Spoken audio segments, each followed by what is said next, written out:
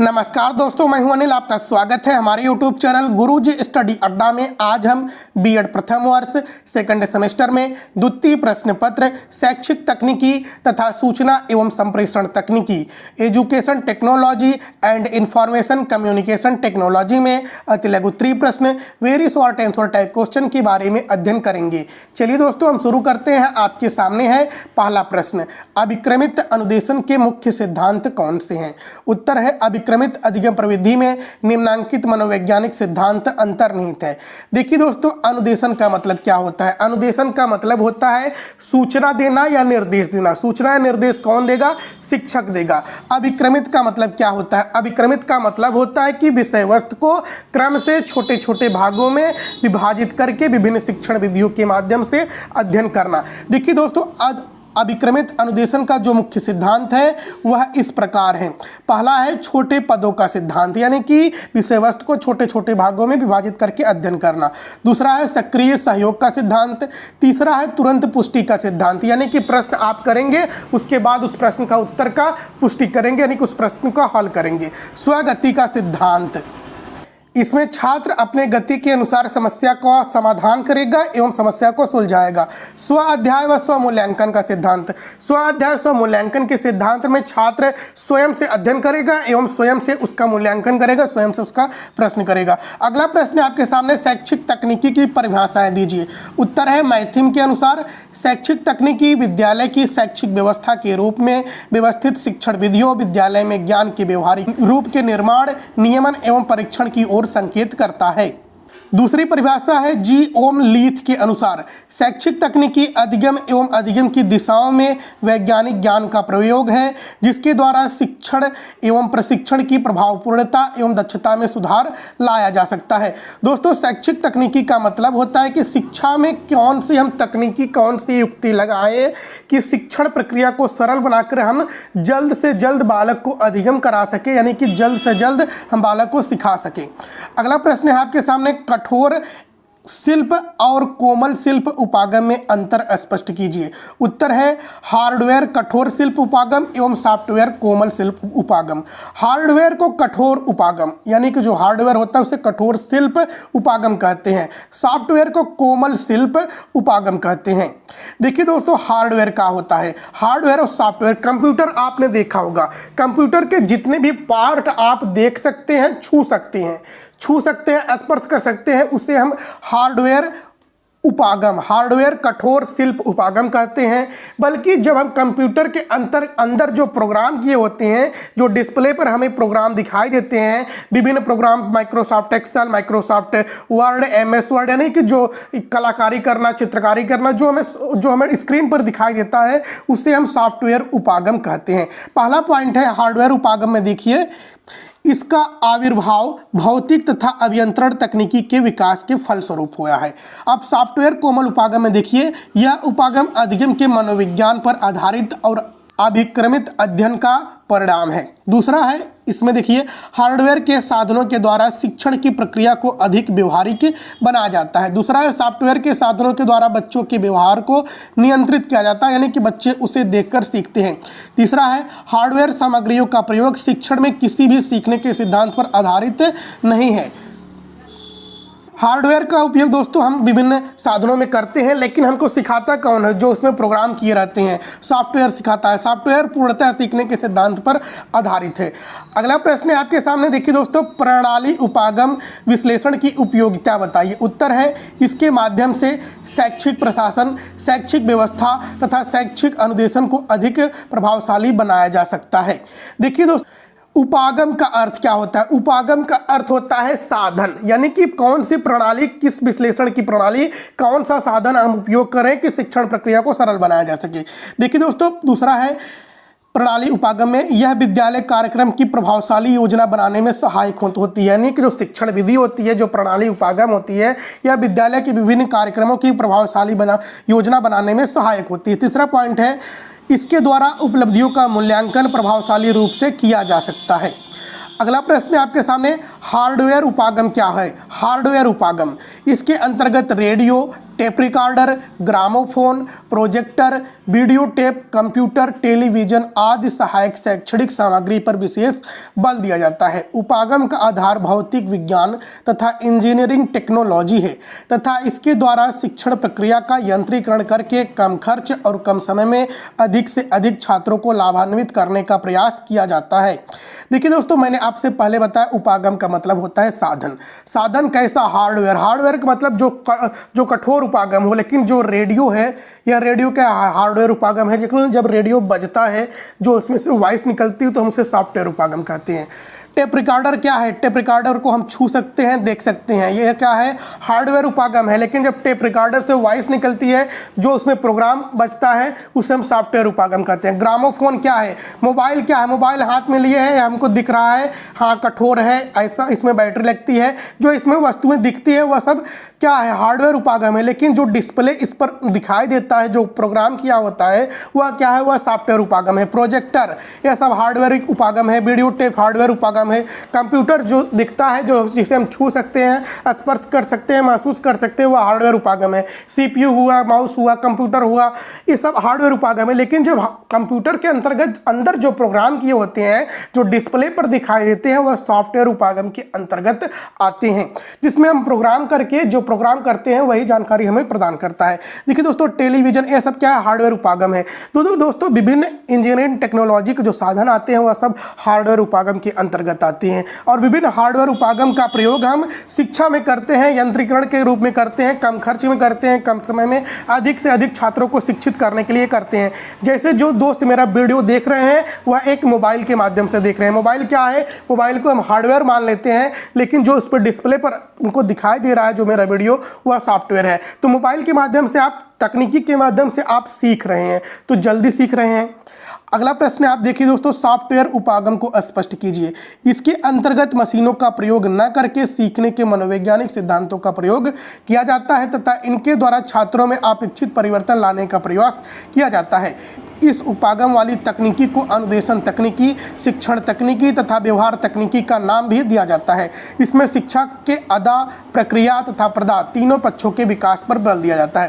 दोस्तों, सॉफ्टवेयर उपागम सिर्फ कंप्यूटर या टेक्नोलॉजी के क्षेत्र में ही नहीं कह सकते, बल्कि विभिन्न शिक्षण विधियाँ जो छात्रों को समझाने के लिए, पढ़ाने के लिए उपयोग में लाई जाती है, उन्हें भी हम सॉफ्टवेयर उपागम कहते हैं। सॉफ्टवेयर उपागम के माध्यम से, विभिन्न शिक्षण विधियों के माध्यम से हम छात्रों को शिक्षा प्रदान करते हैं। देखिए दोस्तों, सबसे महत्वपूर्ण बात है अदा, प्रक्रिया, प्रदा। अदा का मतलब होता है छात्र को हम जितना सिखाएंगे, यानी कि हम छात्र को अधिक से अधिक देने का प्रयास करेंगे, शिक्षा देने का प्रयास करेंगे। अब प्रक्रिया का मतलब होता है छात्र उस शिक्षा को कितना ग्रहण करता है, यानी कि वो अपनी मेमोरी में कितना वह एक्सेप्ट करता है। प्रदा का मतलब होता है फिर उसके बाद जब हम मूल्यांकन करते हैं, प्रश्न पूछते हैं, तो हमें पता चलता है छात्र कितना सीखा है, इसे हम कहते हैं प्रदा। अदा का मतलब होता है एंट्री, प्रवेश करना, प्रक्रिया, प्रोसेस, फिर उसके बाद प्रदा, आउटपुट। अदा इनपुट, प्रक्रिया प्रोसेस, प्रदा आउटपुट, कितना निकल रहा है। अगला प्रश्न आपके सामने, प्रणाली उपागम क्या है? इस उपागम को प्रबंध तकनीकी भी कहते हैं। इसके अंतर्गत शैक्षिक प्रशासन एवं प्रबंध संबंधी समस्याओं का वैज्ञानिक आधार पर विश्लेषण कर निर्णय लिए जाते हैं। प्रणाली उपागम का मुख्य आधार विज्ञान एवं गणित है। यह तकनीकी शैक्षिक प्रशासन के विकास तथा अनुदेशन की रूपरेखा बनाने में सहायक सिद्ध होती है। इसके माध्यम से शैक्षिक प्रबंध व्यवस्था को मितव्ययी, उपयोगी और प्रभावकारी बनाया जा सकता है। देखिए दोस्तों, शिक्षण तकनीकी में हम विभिन्न उपागम, विभिन्न साधनों का प्रयोग करते हैं, विभिन्न शिक्षण विधियों का प्रयोग करते हैं। जो शिक्षण विधि छात्र की आवश्यकता के अनुसार हम विभिन्न शिक्षण प्रणालियों का उपयोग करते हैं। इन्हीं प्रणालियों को हम शिक्षा में उपयोग करते हैं ताकि छात्र के अधिगम को सरल बनाया जा सके। अगला प्रश्न आपके सामने, कठोर उपागम के माध्यम या साधन से आप क्या समझते हैं? कठोर उपागम के साधन क्या हैं दोस्तों? देखिए, उत्तर है शैक्षिक तकनीकी में शिक्षण या निर्देशन प्रक्रिया को अधिक प्रभावशाली बनाने के लिए जिन साधनों का प्रयोग किया जाता है उन्हें ही कठोर उपागम का नाम लिया जाता है। अतः radio, television, video cassette, computer, power projector आदि इसके अंतर्गत आते हैं। कंप्यूटर सूचनाओं को प्राप्त करता है और स्मृति भंडार में रखता है तथा सूचनाएं मांगने पर वह तत्काल प्रदान करता है। दोस्तों हार्डवेयर उपागम हमने पहले आपको बताया, हार्डवेयर उपागम या कठोर उपागम। कठोर उपागम यही radio, television, video cassette, computer, power projector, यही सब है जो सूचनाओं को ग्रहण करता है, फिर उसके बाद वो अपनी मेमोरी में रखता है। जब हम सूचनाएं मांगते हैं तो कंप्यूटर के माध्यम से, सॉफ्टवेयर के माध्यम से डिस्प्ले पर वह हमें प्रदान होती है। दूसरा प्रश्न है, अगला प्रश्न है, दूरदर्शन के शैक्षिक उपयोग बताइए। उत्तर है दृश्य और विशिष्ट तकनीकी के रूप में। दूरदर्शन के माध्यम से हम देख सकते हैं, सुन सकते हैं, सूचनाएं ग्रहण कर सकते हैं एवं शिक्षा भी ग्रहण कर सकते हैं। मनोरंजन का भी यह साधन है। छात्र के सृजनात्मक सहयोग के रूप में दूरदर्शन का महत्वपूर्ण उपयोग है। छात्र को प्रेरित करने के लिए जो बच्चे हैं वीडियो के माध्यम से, टीवी के माध्यम से शीघ्र अतिशीघ्र सीखते हैं। और दोस्तों चौथा पॉइंट है कठिनाई से उपलब्ध शिक्षण साधनों का उपलब्ध कराना। अगला प्रश्न है शिक्षा में इंटरनेट का क्या योगदान है। देखिए दोस्तों इंटरनेट क्या होता है। इंटरनेट दोस्तों इसे अंतर्जाल कहते हैं हिंदी में। कई बार परीक्षाओं में पूछा जाता है कि अंतर्जाल के बारे में आपका क्या मत है। अंतर्जाल इंटरनेट को ही कहते हैं। इसी प्रकार एक बार परीक्षा में पूछा गया था कि संगणक के बारे में आप लिखिए। संगणक किसे कहते हैं? कंप्यूटर को कहते हैं। यदि जो शब्द आपको हिंदी में न समझ में आए, आप उसका एक बार अंग्रेजी में देख लेंगे परीक्षा में, तो उस क्वेश्चन का मतलब आपको समझ में आ जाता है। देखिए दोस्तों इंटरनेट जो होता है, यह इंटरनेट किसी सैटेलाइट के माध्यम से नहीं आता, बल्कि इंटरनेट जो होता है, जो आपके एरिया के सबसे पास के नेटवर्क होते हैं, वहाँ पर वह तारें बिछी होती हैं, यानी कि सभी जगह से तारें बिछी होती हैं। वहाँ से आपका इंटरनेट डाटा जाता है, फिर उसके बाद जो नज़दीकी टावर होता है वह आपके मोबाइल तक डिस्ट्रीब्यूट करता है, बांटता है। और दोस्तों जो देश विदेश तक इंटरनेट फैला हुआ है, वह समुद्र में विभिन्न तारों का जाल बिछा हुआ है, यानी कि तारों के माध्यम से इंटरनेट एक दूसरे व्यक्तियों तक पहुंचता है। जो इंटरनेट है तारों के माध्यम से पहले वह नेटवर्क तक पहुंचता है, नेटवर्क के बाद वह नेटवर्क डिस्ट्रीब्यूट करता है जो पास के मोबाइल होते हैं। इंटरनेट के बारे में दोस्तों कभी हम आपको वीडियो बनाएंगे विस्तृत रूप से। इतना जान लीजिए कि इंटरनेट कोई सैटेलाइट के माध्यम से नहीं होता है। इंटरनेट एक तारों के माध्यम से जाता है, जाल के माध्यम से जाता है। और दोस्तों इंटरनेट को अंतर्जाल कहते हैं। यहाँ तक कि विदेशों में भी जो इंटरनेट का साधन हम लोग उपलब्ध करते हैं, बैठ कर यहाँ से अमेरिका, रूस, जापान, फ्रांस इत्यादि देशों की जानकारी प्राप्त करते हैं। समुद्र में भी बड़े बड़े इंटरनेट के वायर बिछे हुए हैं, यानी कि यहाँ से लेकर अमेरिका तक पूरे वायर के माध्यम से सब कुछ कार्य होता है। उसकी इंटरनेट के माध्यम से डाटा का सप्लाई किया जाता है। और दोस्तों बीच बीच में जब वो तारे टूटती हैं तो उसको वह बनाते हैं, यानी कि समस्या का समाधान करते हैं, यानी कि इंटरनेट के तारों का मरम्मत करते रहते हैं। चलिए दोस्तों हम बात करते हैं अगले प्रश्न की, शिक्षा में इंटरनेट का क्या योगदान है। इंटरनेट विभिन्न तकनीकी के संयुक्त रूप के कार्य का उदाहरण है। इंटरनेट का आधार राष्ट्रीय सूचना स्वरूप होता है। यहाँ विभिन्न संपर्क लाइनें कंप्यूटर को जोड़ती हैं जिन्हें होस्ट कंप्यूटर कहते हैं।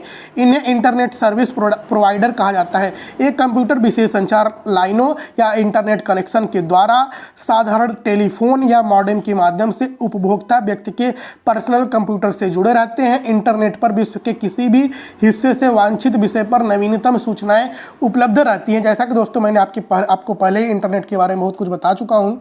आगे देखिए कंप्यूटर की विशेषताएं बताइए। देखिए दोस्तों उत्तर है कंप्यूटर कल्पनातीत गति से कार्य करने वाला यंत्र है, यानी कि जितना तेज आप कल्पनाएं करेंगे, जितनी जल्दी से आप कंप्यूटर पर बटन क्लिक करेंगे, उतनी तीव्र गति से कंप्यूटर कार्य करता है। दूसरा पॉइंट है कंप्यूटर की स्मृति में सूचनाओं का भंडार सुरक्षित रहता है। जो सूचनाएं हम कंप्यूटर की मेमोरी में एक बार डाल देते हैं, वह सूचनाएं पड़ी रहती हैं और जैसा हम डालते हैं वैसा ही हम प्राप्त करते हैं। कंप्यूटर की घटनाएं त्रुटि रहित होती हैं। दोस्तों कंप्यूटर की घटनाएं त्रुटि रहित क्यों होती हैं? बात उठती है कंप्यूटर त्रुटि क्यों नहीं करता है? कंप्यूटर को इंसान ने बनाया है। इंसान जिस प्रकार का प्रोग्राम कंप्यूटर में करता है, ठीक उसी प्रकार का रिजल्ट इंसान को वह प्राप्त करती है, वह तुरंत वह प्राप्त करती है। इसलिए कंप्यूटर को हम त्रुटि रहित कहते हैं, क्योंकि कंप्यूटर को इंसान ने बनाया है, न कि कंप्यूटर ने इंसान को बनाया है। देखिए दोस्तों चौथा पॉइंट है कार्यों को यदि तर्कपूर्ण ढंग से पदानुक्रम कर दिया जाए तब कंप्यूटर किसी भी प्रकार का कार्य करने में समर्थ है। यानी कि कंप्यूटर में हम एक क्रम के अनुसार सब कुछ प्रोग्राम करते हैं और जैसा हम प्रोग्राम करते हैं वैसा उसमें से आउटपुट निकलता है। अगला प्रश्न है ईमेल का अर्थ स्पष्ट कीजिए। उत्तर है ईमेल से आशय है इलेक्ट्रॉनिक मेल से है। यह एक ऐसी प्रणाली है जिसमें इलेक्ट्रॉनिक नेटवर्क तथा उससे परे विभिन्न प्रकार के लिखित संदेशों का आदान प्रदान किया जाता है। ईमेल द्वारा कई प्रकार के संदेश, चित्र, दस्तावेज, spreadsheets, video video clip, art भेजे जा सकते हैं। इसमें डाकियों की सहायता के लिए घर बैठे संदेश या अन्य सामग्रियां प्राप्त हो जाती है। ईमेल में बहुत ही कम समय लगता है। दोस्तों ईमेल का फुल फॉर्म होता है इलेक्ट्रॉनिक मेल सिस्टम्स। दोस्तों इलेक्ट्रॉनिक मेल के माध्यम से हम चिट्ठी, पत्र, फोटो, वीडियो क्लिप कुछ भी एक स्थान से दूसरे स्थान पर शीघ्र, अतिशीघ्र सेकंडों में हम भेज सकते हैं। ईमेल जो होता है यह एक डाकिया का काम करता है। अगला प्रश्न है दोस्तों, शिक्षण में रेडियो का महत्व बताइए। उत्तर है रेडियो द्वारा संसार से हमारा संपर्क होता है। रेडियो के माध्यम से हम विभिन्न शैक्षिक कार्यक्रम भी हम सुनते हैं व मनोरंजन के कार्यक्रम भी हम सुनते हैं। रेडियो द्वारा शिक्षा का प्रसार शीघ्रता और सरलता से हो जाता है। देखिए दोस्तों, यदि आप रेडियो सुनते होंगे तो आप देखते होंगे विभिन्न कार्यक्रम चलाए जाते हैं, शिक्षा से संबंधित जागरूकताएं चलाई जाती हैं। तीसरा पॉइंट है रेडियो के कार्यक्रम बालक के संवेगात्मक विकास में सहायक होते हैं। चौथा पॉइंट है रेडियो द्वारा बालक में व्यापक दृष्टिकोण का विकास होता है। देश विदेश की प्रगति का ज्ञान होता है, जिससे उनमें उदारता आती है, मानव के प्रति प्रेम जागृत होता है। दोस्तों रेडियो के माध्यम से हम विभिन्न न्यूज सुनते हैं, विभिन्न जानकारियां लेते हैं, कमेंट्री सुनते हैं, क्रिकेट सुनते हैं, यानी कि तुरंत हमें जानकारी प्राप्त होती है रेडियो के माध्यम से। तो दोस्तों वीडियो अच्छा लगा हो तो चैनल को सब्सक्राइब कर लीजिएगा, बेल आइकन प्रेस कर लीजिएगा, लाइक शेयर कर दीजिएगा। दोस्तों हम आपको बीएड सेकंड सेमेस्टर से संबंधित सभी जानकारी इस चैनल पर प्रोवाइड कराते रहते हैं। तो नमस्कार दोस्तों, हम आपसे मिलते हैं नेक्स्ट वीडियो में। जय हिंद, जय भारत।